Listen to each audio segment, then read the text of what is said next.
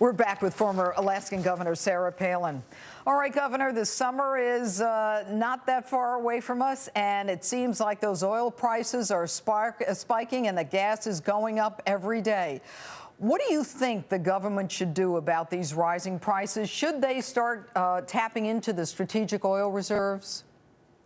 Well, that's not the solution. The solution is to drill here and drill now. And the Obama anti-oil agenda has got to be stopped. Now, he needs to realize that back in 2008, our U.S. crude also was traded at about $100 a barrel as it is today for about 6 months. And that was right before our world economy imploded. And now here we are back again. So his timing, his destructive timing of locking up 97% of our offshore and not allowing ANWR to be touched, not allowing domestic drilling to take place to the degree that it should, it is terrifying where he is leading us in terms of being at the mercy of foreign regimes that would seek our demise to produce energy for us.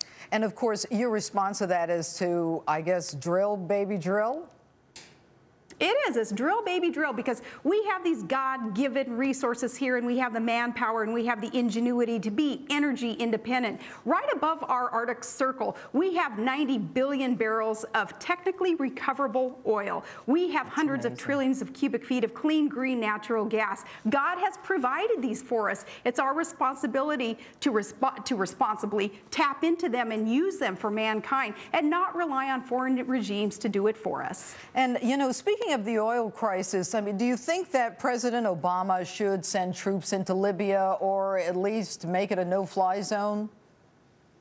Certainly a no-fly zone. You know, I hate to say, you know, geez, more troops on the ground, you know, send more of our brave young men and women over there in Libya. When, yes, 41 years of Gaddafi, he's got to go. I think what was unfortunate there in Libya was that it took our administration so long to finally have any kind of full-throated support for ousting Gaddafi. We finally saw the writing on the wall, but what we should have done, instead of being hesitant that perhaps he would harm the American citizens who are over there, we should have told him, warned him through strong verbiage. We should have said, Gaddafi, if you touch a hair on one American citizen's head, we're going to hit you. We're going to hit you hard, and you're not going to be left standing. Instead, we are kind of hesitant, kind of dithering, vacillating on our position, it seemed, and that leads to kind of a perception of weakness around the globe. Well, I wish that we would have been stronger there with our language about Libya, and now actions have to follow the language that President Obama finally did articulate. Well, you know what, Governor, given that as soon as Mubarak made a press conference in Egypt, the president came out and said something, he couldn't wait to get out there. Why do you think he's so hesitant in Libya? Why did it take him 10 days to come out and take the stance of the pro-democracy demonstrators?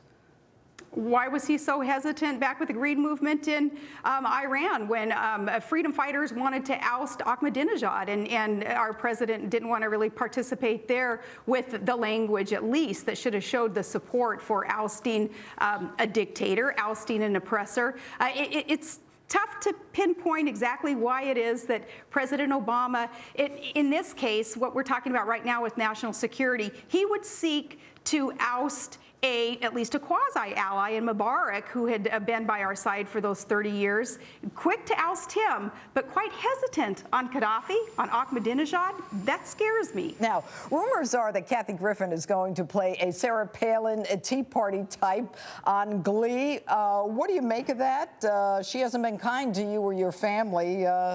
What do you think?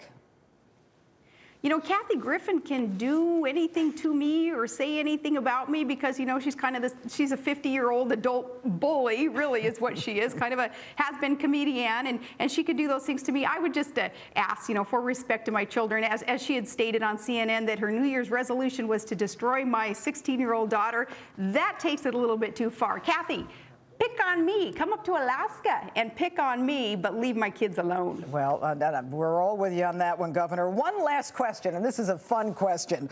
All women love shoes, including me. Now, the last time I think you were in New York, you had on a pair of, and I think we have them here, a picture of some fancy shoes. I think they're leopard print shoes. Do you know what I'm talking about? Can you see them? Yeah, I see them. Yep. You remember those shoes. So here's the question. You don't go fishing in those shoes. Do you? No, no. In fact, those are Bristol shoes. Anything cool that I have is usually a borrowed item from Bristol. All right. Well, I just wanted to say they were great shoes, and we all love them. Women love shoes. Governor, I want to thank you so much for joining us tonight. Take care. Thank you. Keep up the good work. Thank you.